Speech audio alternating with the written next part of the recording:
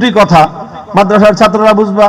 এখানে কালিমাতুন অর্থ ওই অর্থ নয় যেটা আমরা নাহবি মিরের মধ্যে হিদায়াতুন নহর মধ্যে পড়েছি যে লফজুন বুজিয়া আলিমানান মুফরাদিন, যে একক শব্দ। এখানে কালিমাতুনের অর্থ একক শব্দ নয়, বরং এখানে কালিমাতুনের অর্থ হলো একটা মেসেজ, একটা বার্তা, একটা কথা। যেরকম বাংলা ভাষায় আমরা ব্যবহার করি সম্পাদকের কথা। সম্পাদকের কথা মানে কি? সম্পাদকের একক শব্দ। সম্পাদকের কথা লেখে 5.5 পৃষ্ঠা সম্পাদকের বক্তব্য লেখা হয়। আরবিতে বলা হয় কালিমাতুত তাহরির, যেটা সম্পাদকের কথা। তো ঠিক এরকম কালিমাতান মানে হলো কি বললাম? দুটি কথা, অর্থাৎ দুটো বার্তা, দুটো পূর্ণাঙ্গ বক্তব্য। এই দুই বক্তব্যের তিনটা গুণ। কয়টা গুণ? প্রথম গুণ হলো হাবিবাতানি ইলার রহমান। রহমান শব্দের অর্থ হলো সীমাহীন দয়ালু।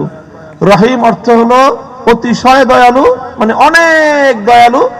কিন্তু রহমানের অর্থ হলো সীমাহীন দয়ালু। কোনটার মধ্যে দয়া বেশি? অতিশয় না অসীম? অসীমের মধ্যে দয়া অনেক বেশি। এই জন্য রহমান শব্দ বেশি, অর্থ বেশি।